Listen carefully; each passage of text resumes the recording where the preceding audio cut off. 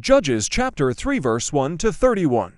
Now these are the nations which the Lord left, to test Israel by them, even as many of Israel as had not known all the wars of Canaan, only so that the generations of the children of Israel might know to teach them war, at least such as before knew nothing thereof, namely, 5 lords of the Philistines, and all the Canaanites, and the Sidonians, and the Hivites, who dwelt in Mount Lebanon, from Mount Baal unto the entrance of Hamath. And they were to test Israel by them, to know whether they would hearken unto the commandments of the Lord, which he commanded their fathers by the hand of Moses. And the children of Israel dwelt among the Canaanites, Hittites, and Amorites, and Perizzites, and Hivites, and Jebusites. And they took their daughters to be their wives, and gave their daughters to their sons, and served their gods. And the children of Israel did evil in the sight of the Lord, and forgot the Lord their God, and served the Baalim and the Asherahs. Therefore the anger of the Lord was hot against Israel, and he sold them into the hand of Cushan-Rishathaim, king of Mesopotamia.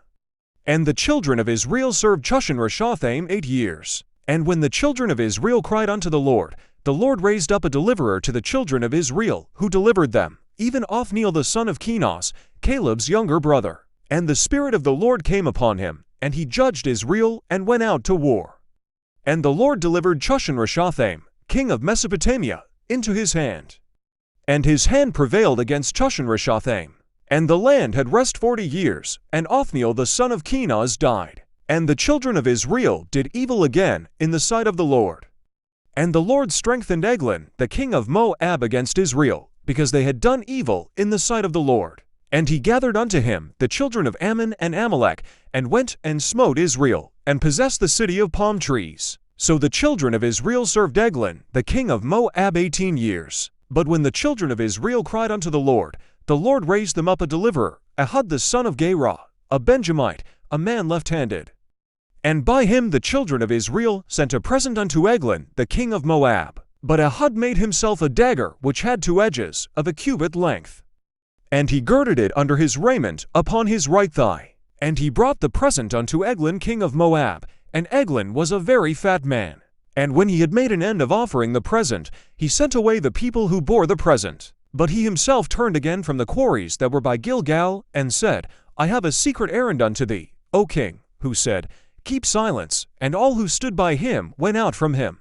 And Ehud came unto him, and he was sitting in a summer parlor, which he had for himself alone. And Ehud said, I have a message from God unto thee. And he arose out of his seat. And Ehud put forth his left hand, and took the dagger from his right thigh, and thrust it into his belly. And the haft also went in after the blade, and the fat closed upon the blade, so that he could not draw the dagger out of his belly, and the dirt came out. Then Ehud went forth through the porch, and shut the doors of the parlor upon him, and locked them. When he had gone out, his servants came, and when they saw that, behold, the doors of the parlor were locked, they said, Surely he covereth his feet in his summer chamber. And they tarried till they were ashamed, and behold, he opened not the doors of the parlor. Therefore they took a key, and opened them, and behold, their lord was fallen down dead on the earth. And Ehud escaped while they tarried, and passed beyond the quarries, and escaped unto Seirah. And it came to pass, when he had come, that he blew a trumpet in the mountain of Ephraim. And the children of Israel went down with him from the mount, and he before them. And he said unto them, Follow after me, for the Lord hath delivered your enemies the Moabites into your hand. And they went down after him, and took the fords of the Jordan toward Moab, and suffered not a man to pass over. And they slew of Moab at that time about 10,000 men, all lusty, and all men of valor, and there escaped not a man. So Moab was subdued that day under the hand of Israel, and the land had rest 80 years. And after him was Shamgar the son of Anath, who slew of the Philistines 600 men with an ox goad, and he also delivered Israel.